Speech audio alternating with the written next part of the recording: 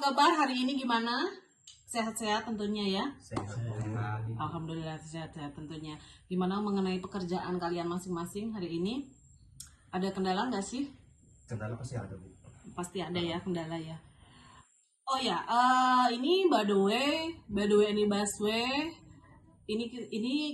Kita kan ada tugas nih, sosiologi hukum, mengenai kesadaran hukum. Kita nggak usah jauh-jauh deh, ngerabahnya kemana di sekitar kita aja. Seperti yang sehari-hari yang kita temuin itu, banyak orang yang melakukan pelanggaran seperti lawan arus. Itu kan berarti kan mereka tidak punya akan kesadaran hukum ya. Terus dia nggak memakai helm, dia kebut-kebutan di jalan gitu. Berarti kan masyarakat di sini itu untuk kesadaran hukumnya itu masih kurang. Nah, sebenarnya itu pengertian kesadaran hukum itu ada yang tahu nggak sih definisinya itu apa gitu? Ada yang tahu nggak?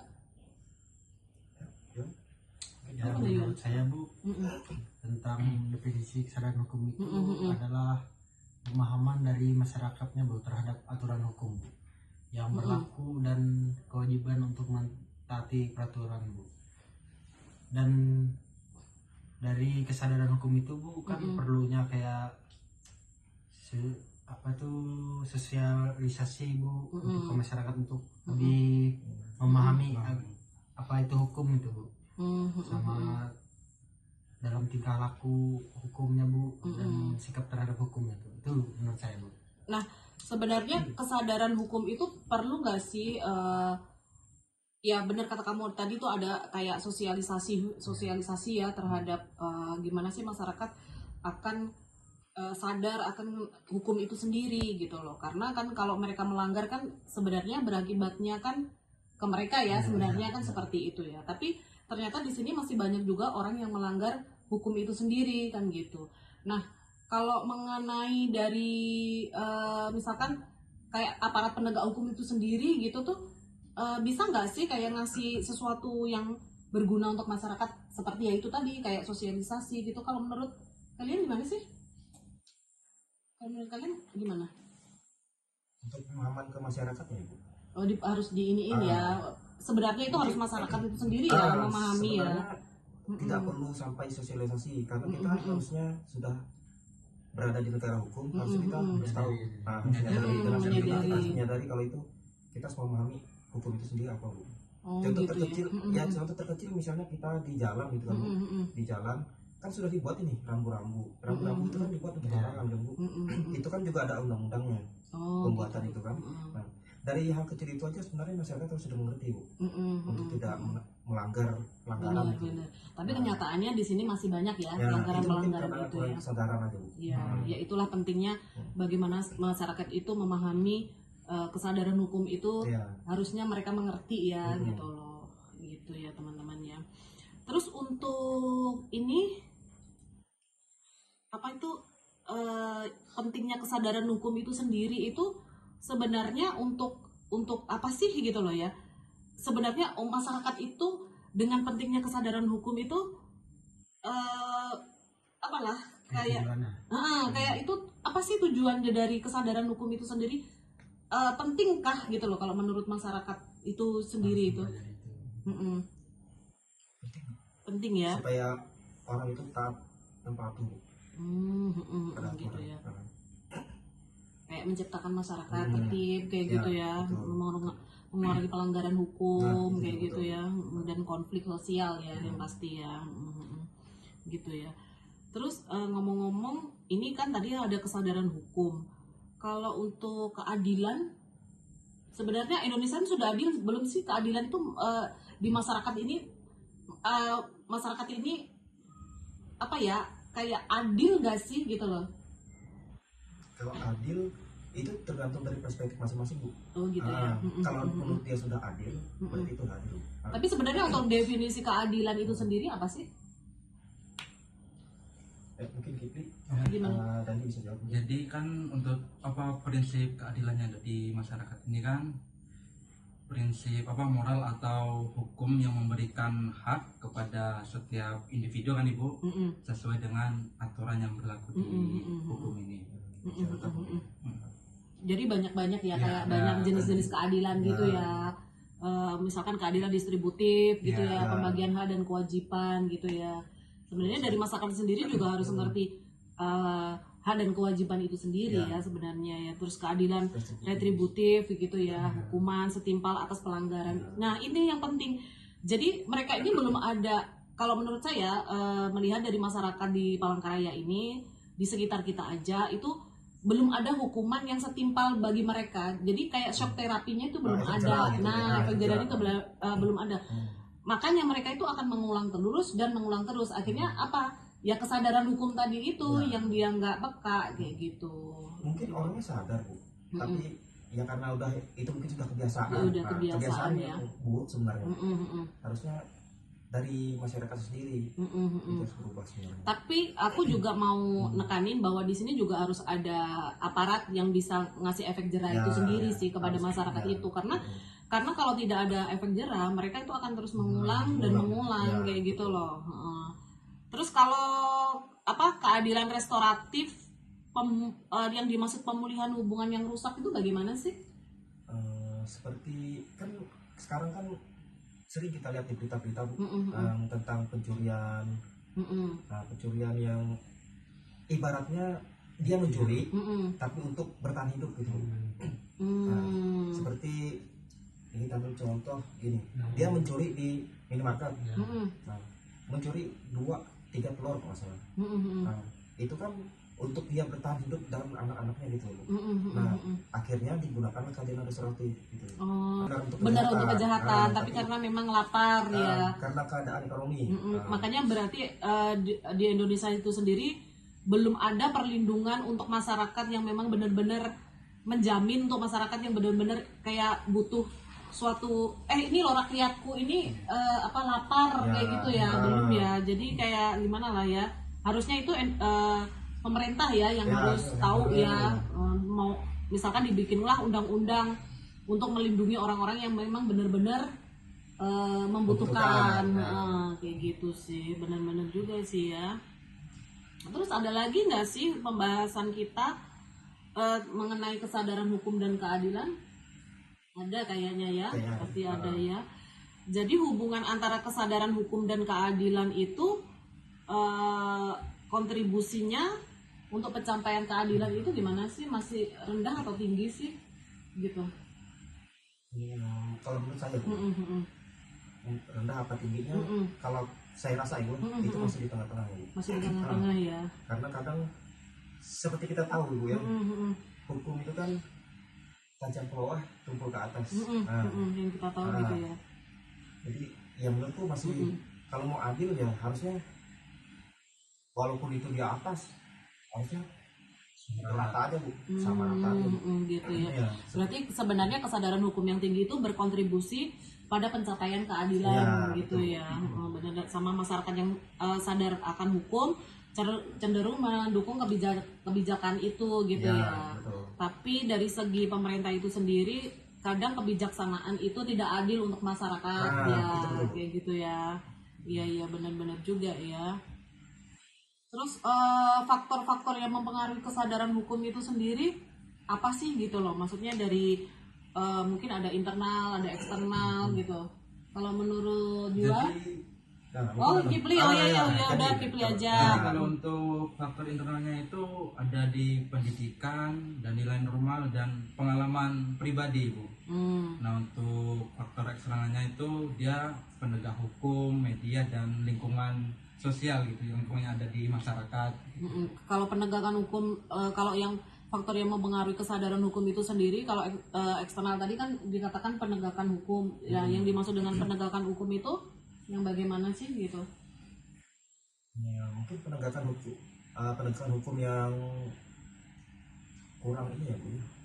Maksudnya masih kurang adil itu Bu. Gitu ya. Terkadang di kenyataannya gitu Bu.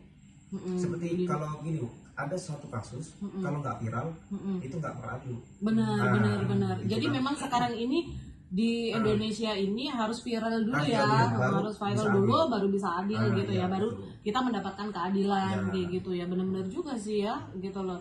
Makanya kenapa kadang orang sekitar aja itu ya itu kesadaran hukumnya kurang karena ya seperti itu, satu tidak ada efek jerahnya, dan untuk penegak hukum juga kalau belum viral belum ditanganin Ya. secara ini ya, secara terbuka. maksimal, bener Nah. kayak gitu Terus sih. juga kalau saya dengar dari Dandi, itu kan dari faktor internal kan ada pendidikan. Iya. Aku mau bergabung dari yang pendidikan.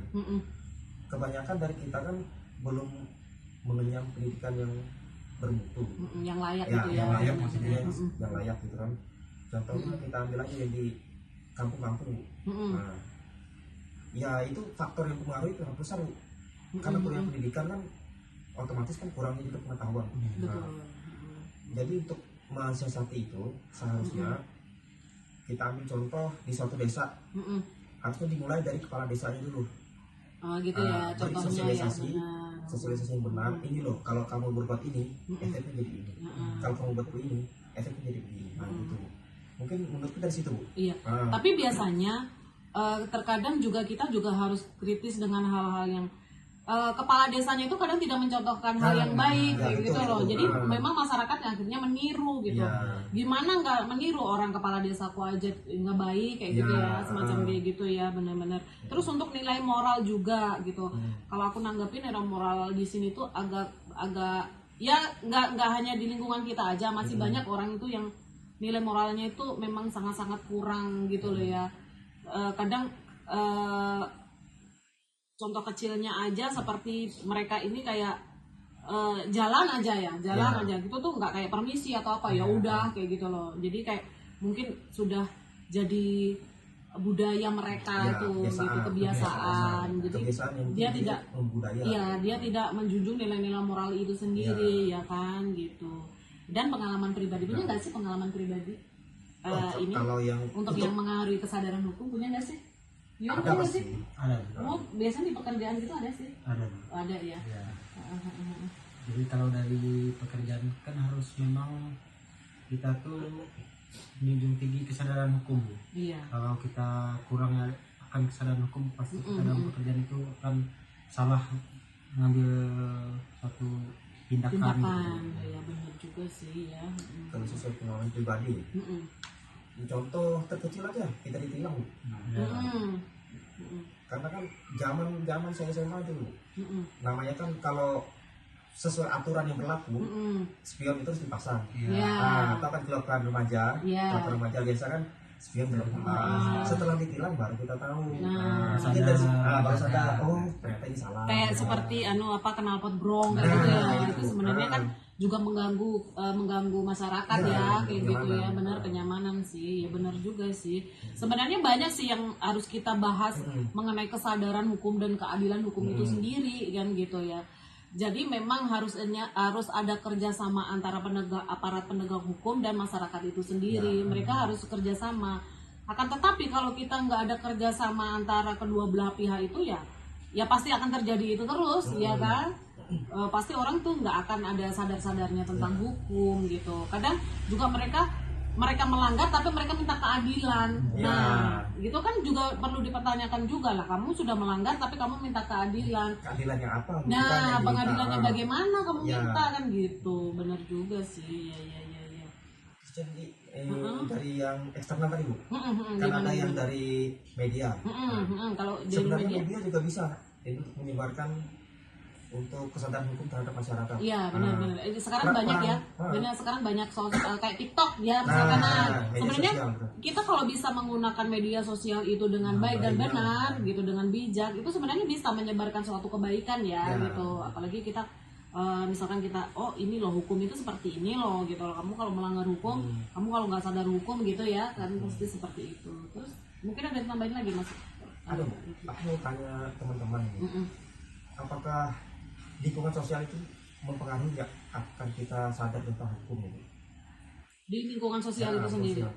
Dari yang terkecil aja misalnya, di keluarga atau di perumahan lah misalnya. Ada nggak? Ada. Contoh terkecilnya itu mereka itu kadang mereka tuh tidak ada empati dengan tetangga misalkan kayak gitu. misalkan sesuatu hal yang parkir sembarangan atau bagaimana gitu, misalkan kayak ya contoh kecilnya itu kayak ngejemur aja loh, ngejemur baju gitu di tetangga gitu, nggak permisi atau apa. Itu sih contoh terkecilnya kalau di lingkungan. Nah, di lingkungan sendiri itu seperti gimana ya, nggak ada yang kayak mau negur gitu, nggak mau gitu loh. Nah itu kamu salah kayak gitu. Mereka tuh membiarkan, jadi kayak pembiaran itu tuh untuk di masyarakat di sini tuh udah kayak biasa itu loh. Ya udah biarin aja gitu loh, kita cuek aja gitu, ngapain kita ngurusin orang kayak gitu. Nah itu sebenarnya salah, karena kan kita ini hidupnya bermasyarakat ya kan. Nah kalau kayak gitu kan berarti kan mengganggu tetangga, kenyamanan tetangga gitu sih. Kalau menurut saya seperti itu sih kalau untuk di lingkungan sosial gitu. Mungkin di lingkungan kantor atau gitu. Di lingkungan kantormu gitu ada nggak sih, Wan? Apa menurut teman-teman itu lingkungan sosial itu mempengaruhi nggak ini apa nih supaya kita itu sampai untuk tentang hukum gitu? Contohnya gini, kita berteman nih, cerita membahas satu kasus. Membahas satu kasus di mana anggap aja yang bercerita ini orangnya menderita hukum. Secara tidak langsung kan kita yang sebagai pendengar itu tahu tentang aturan-aturan apa yang ada di dalamnya. Mungkin faktor itu juga bisa mempengaruhi kesadaran hukum. Gitu ya. Mungkin untuk referensi lah. Iya. Gitu ya. Iya.